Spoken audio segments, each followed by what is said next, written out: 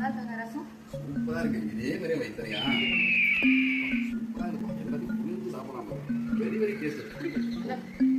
இதோட சீக்ரெட் கொஞ்சம் சொல்லுங்க மாமா. ஒன்றும் இல்லைங்க, நம்ம கடப்பாக்கல் இருக்குல்ல கிச்சன்ல 15 நாள் யூஸ் பண்ணாம இருந்தது. சரி கழுவி உள்ளன்னு கழுவிட்டு மிக்சியில போட்டு அரைக்காம நல்லா போட்டு டக்கு டக்கு டக்கு டக்குன்னு அடைச்சி நேத்து சூப்பரா இருக்குங்களா. சரி பூரி கல் வந்து கழுவாம இருந்தது, அதையும் அப்படி சும்மா அப்படி மேலாப்ல கழுவிட்டு இங்கே போட்டு நல்லா அடிச்சுட்டு தேய்ச்சேன். மாவுல வச்சு பார்த்தா செம்ம டேஸ்ட். பூரி கட்டையா? பூரி கட்டை எந்த பூரி கட்டை?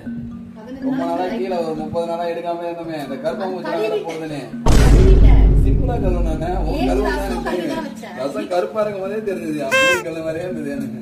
நல்லா இருக்குல்ல, இடிச்சு வச்சேன் லைட்டா கழுவிட்டு.